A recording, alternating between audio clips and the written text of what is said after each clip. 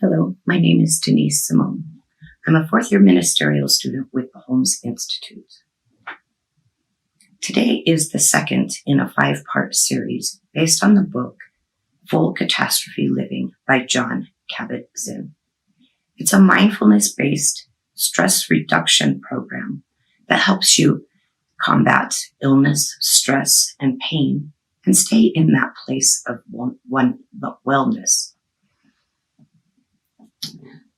The main point of the book is meditation practice. And you'll notice that I lovingly call it meditation practice because there are no perfect meditators. There are many, many practicing meditators. There's no such thing as perfect meditation, perfect practice. I have 4 grown children, and when they were young, they were all athletes, particularly the youngest was a wrestler. In high school, his coach, Larry, had a saying that we still use in our family today. That saying is, practice does not make perfect. Perfect practice makes perfect.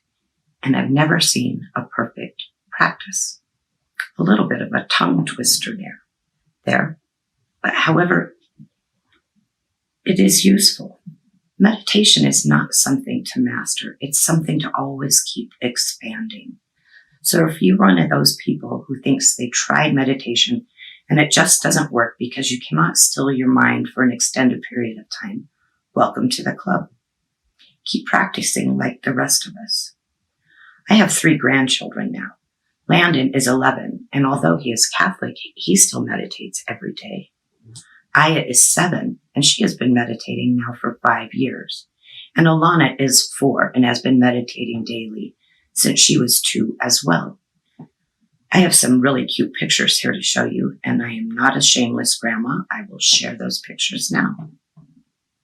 My mother, Cheryl, who is also a practicing Catholic that lives with us, prays her rosary daily without fail, and told me long ago she was not able to meditate. After working with me for a while, she now says that praying her rosary is just a guided meditation, and I would have to agree.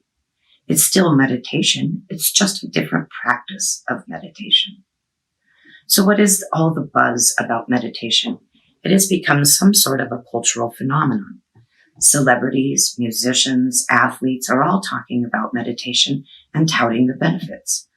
Some have even started hosting meditation retreats and writing books.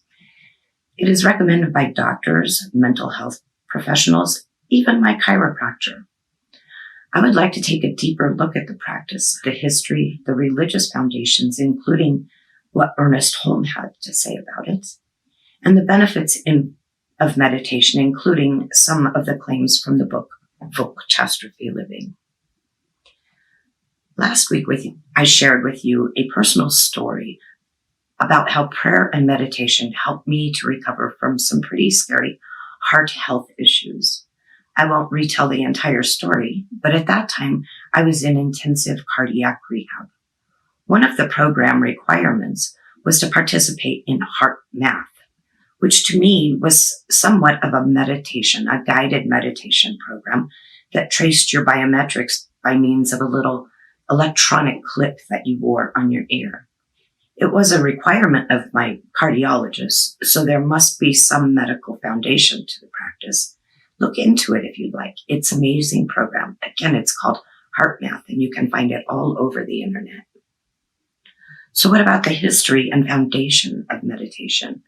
When I Googled it, I collected some interesting facts and trivia. Let's explore. In an article called The History of Meditation from PositivePsychology.com, we learned that the word meditation stems from meditatum, a Latin term that means to ponder. Pondering, that's a nice way to think about what you do when you meditate. But where did it start? Some of the oldest written records from around 1500 BC in India, the practice of dhyana or jhana is referenced as the training of the mind, often translated into meditation. Many of these records come from the Hindu traditions of Vedantism and discuss the various meditation practices across ancient India or China. Early forms of meditation are referred to as far back as the 3rd and 6th century BC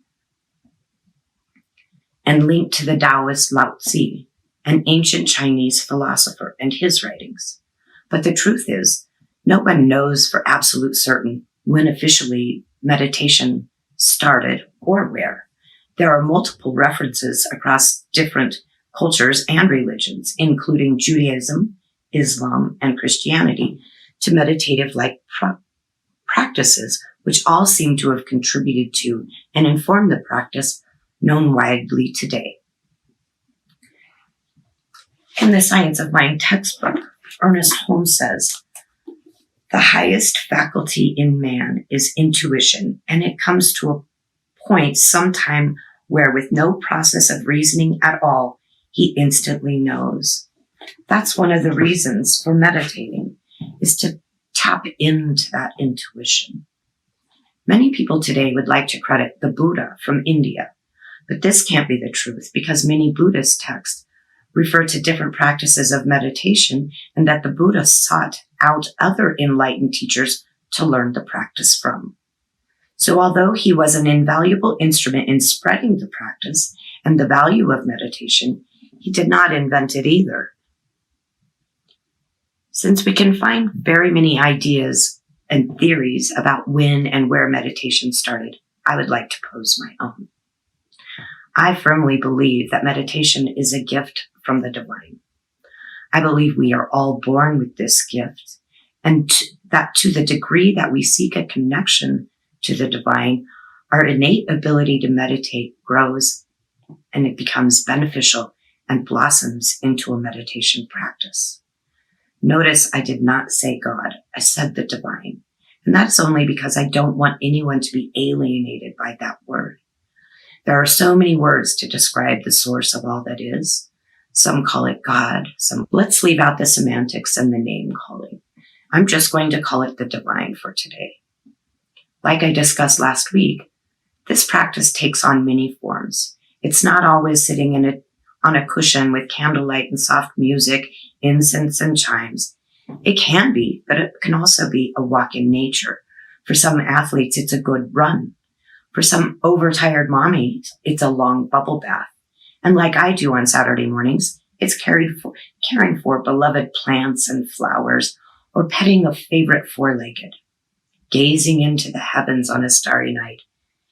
It's the place where our thinking mind lets go for moments, minutes, heck, sometimes even hours, and accepts the pull of the divine to listen to our gut feelings, to that still small voice, our intuition, to feel the unconditional love, to just stop and recognize what is at the core of your being. That's meditation. It can be 30 minutes on a cushion, but it can also be 90 seconds at a red light. It's a gift from the divine. So let's unwrap this gift for a few minutes together. When I first was introduced, I had a lot of guided meditations, either by instructors or recorded meditations, and they all seemed to work when I was doing them.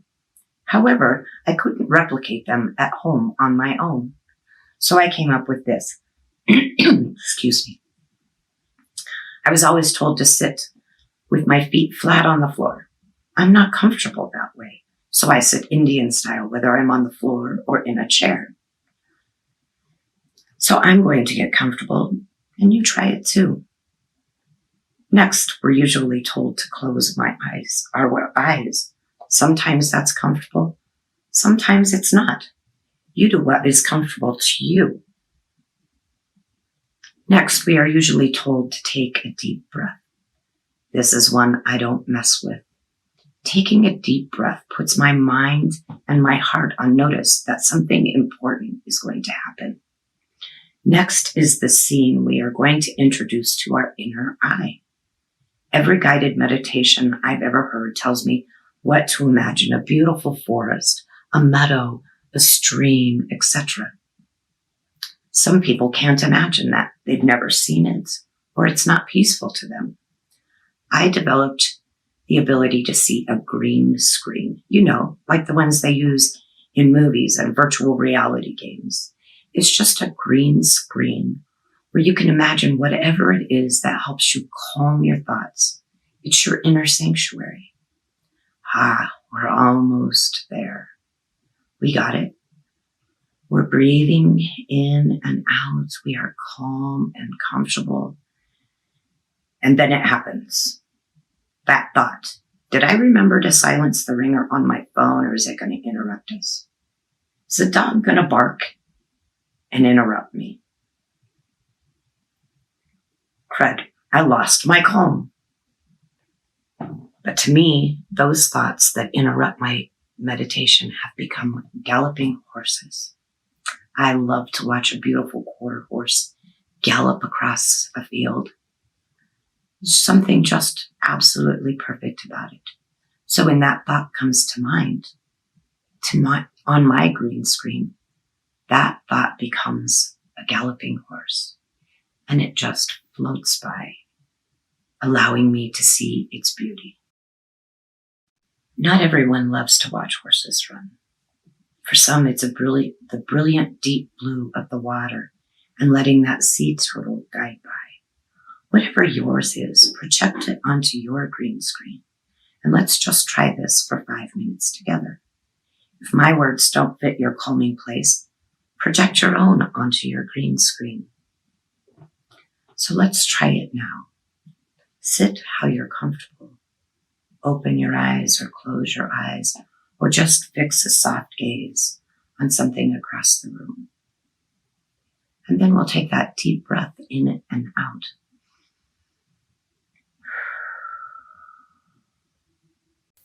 Here is where our mind is put on notice. This is important. We have an appointment. We have an appointment to commune with the divine. So now I will talk you through my beautiful medal and my beautiful quarter horses as they gallop and play and let my thoughts run with them. So breathing deeply in and out, we notice that deep breath that originates outside of our body, comes in. Direct that breath right to that space where your heart resides. And allow that deep breath to warm that heart, to wash over it. We breathe in and out, slowly relaxing into the beauty of the moment. If a thought occurs, just let it float by. It doesn't need to stick around. It can just go. Perhaps in this big, green, beautiful meadow, there's a small pond. Perhaps there are some little ducks swimming peacefully on the top of the water. And around that beautiful pond, in this lush green field, tiny flowers, tiny wildflowers, bloom and dance in the breeze.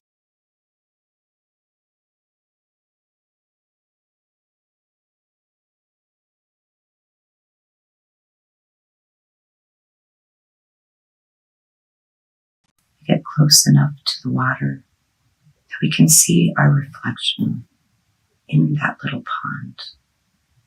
We can see the beauty, the reflection of the beautiful sky and maybe some light puffy clouds.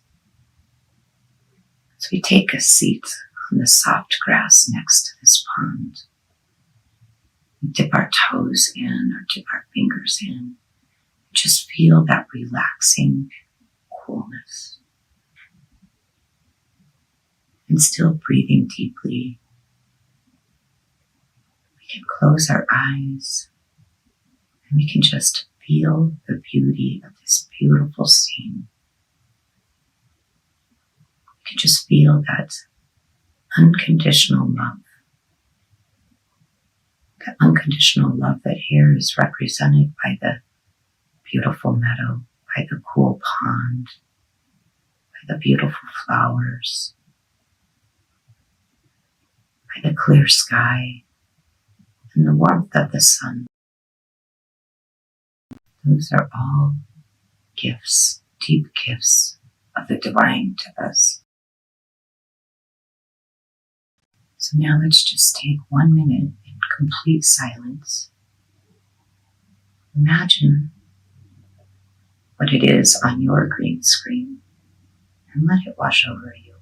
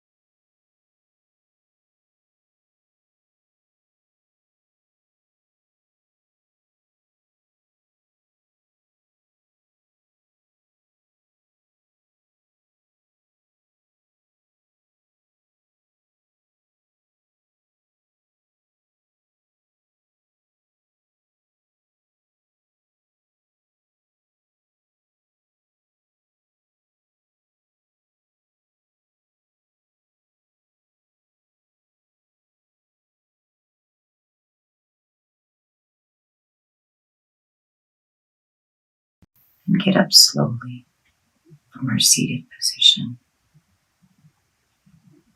and walk gently back to where we are now. Always keeping in mind that beautiful pond or whatever beautiful space you created on your own green screen of your mind is always there, is always available. We can dip back into that stream of thought any moment for just a quick 1 minute stress reduction, for just a quick 1 minute hug from the divine. So now it has been a pleasure to share with you my strategy and practice for meditation, and I will see you again next week. Have a blessed evening.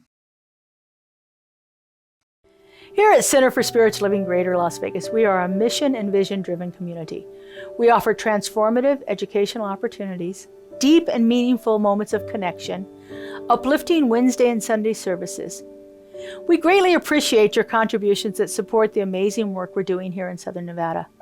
We have several easy ways you can contribute. We have text to give. Simply text the amount of your donation to our text to give number and you'll be prompted to enter your information.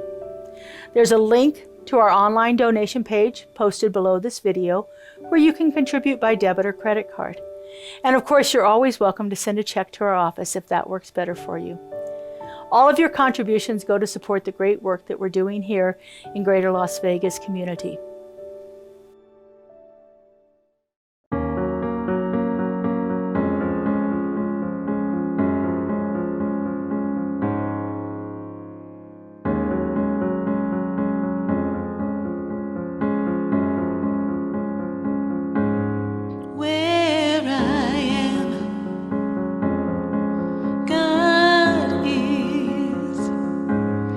Where I stand, God.